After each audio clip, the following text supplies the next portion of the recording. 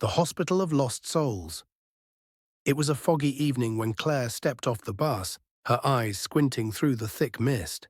She had just landed a job as a nurse at a local hospital, a renowned medical facility that had been around for over a century. The St. Helena Hospital. On the outside, it looked imposing, its tall Gothic structure rising up like a dark sentinel. The kind of place that had seen its fair share of history, some good, some not so much. The hospital had a reputation, of course. Whispers of strange occurrences, unexplainable events, and eerie stories from the old staff. But Claire wasn't the type to buy into ghost stories. She needed the job, and that was all that mattered. Walking through the gates, Claire's heart skipped a beat. There was something unsettling about the place, though she couldn't quite put her finger on it. Perhaps it was the way the windows were so dark, the hospital almost appearing abandoned despite the faint glow of lights in the higher floors. After checking in at the front desk, she was led to the staff locker room where she met her supervisor, Rachel, a woman with tired eyes and a voice that was barely above a whisper. "You'll be working the night shift. The night crew is different. They know things about this hospital that most don't." "Don't ask too many questions," Rachel said, her voice trembling slightly. Claire smiled awkwardly, thinking it was just nerves, but Rachel's expression was deadly serious. She nodded and followed her to the nursing floor. The hospital felt strangely cold, despite the central heating.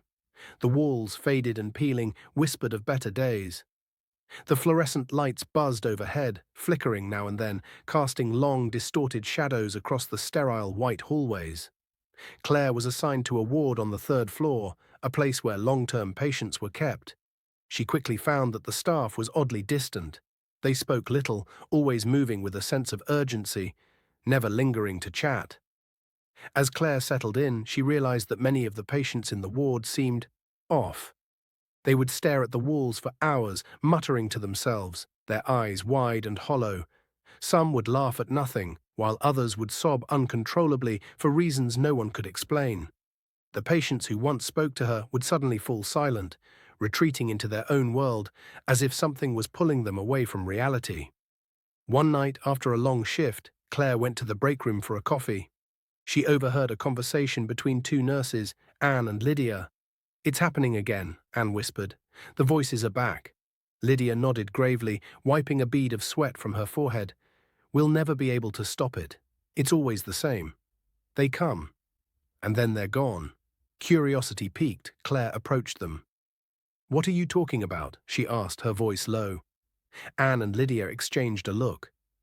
"We can't talk about it," Anne said, shaking her head. "You'll see for yourself soon enough." That night, as Claire returned to her shift, she noticed a strange change in the atmosphere. The air was heavier, thick with an unsettling presence. The lights flickered more frequently, and she felt like someone was watching her. At one point, she was walking down the long corridor when she heard faint whispers coming from behind her. She spun around, but the hallway was empty, save for a few patients lying in their beds. Later, as she entered one of the rooms to check on a patient, Mrs. Daly, a frail old woman in her late 80s, grabbed her wrist with surprising strength. Her fingers were icy cold. "They're waiting for you, child. They always wait," she rasped, her voice shaking with fear. Claire yanked her wrist away, confused and unsettled. "What are you talking about, Mrs. Daly?" she asked gently. But Mrs. Daly simply smiled, her lips twitching. "The souls are restless. They never leave this place." That night, as the clock struck 2 a.m., Claire felt the air grow colder. She went to check on the ward's last few patients, the ones who seemed to be fading away with every passing hour. When she entered room 312, she stopped dead in her tracks. The room was darker than it should have been, despite the lights being on. The window was shut, and there was a faint sound of someone crying in the corner. Claire cautiously approached the source of the sound.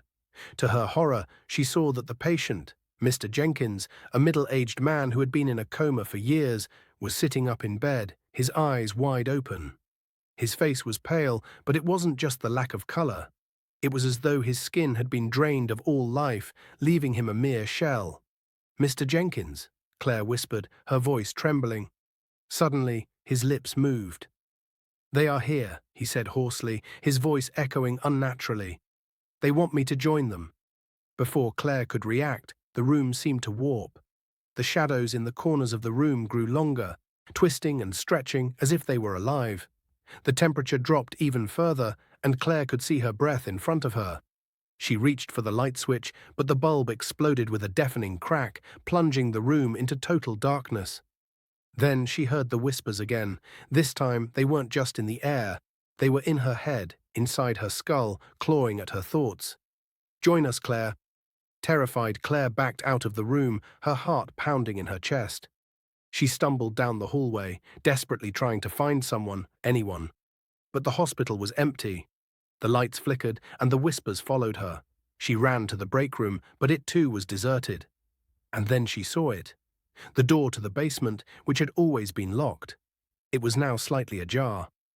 With no other option, Claire approached the door. She hesitated, knowing that something darker awaited her below, but the whispers in her mind were growing louder, more insistent. Without thinking, she pushed the door open and descended the creaking stairs. At the bottom, the air was thick with an unnatural staleness.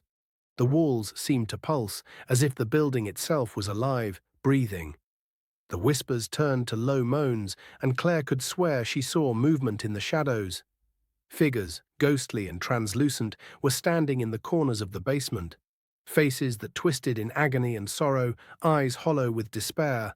Suddenly, a hand grabbed her arm. She turned to see Rachel, her face pale and distorted, her eyes wide with fear. "You shouldn't have come down here," Rachel whispered urgently. "They'll take you too. You have to leave now." But before Claire could respond, the floor beneath her feet began to tremble. The shadows in the room coalesced into human-like figures, dozens of them, reaching toward her with outstretched hands, their faces contorted in agony. Rachel screamed, pulling Claire away, but the darkness was too powerful. The shadows closed in, their whispers turning into wails of despair. The last thing Claire saw before everything went black was the faces of the lost souls, their eyes pleading for release. When she woke up, she was back in the hospital room, her own room. But something was wrong. The walls were still flickering, and the whispers lingered in the air. Claire tried to stand, but her legs felt heavy, as though they were rooted to the floor. And then she saw it. In the reflection of the window, her own face, only it was twisted in a grotesque, unnatural way, with empty eyes staring back at her. She wasn't Claire anymore. She was one of them. The lost souls had claimed her,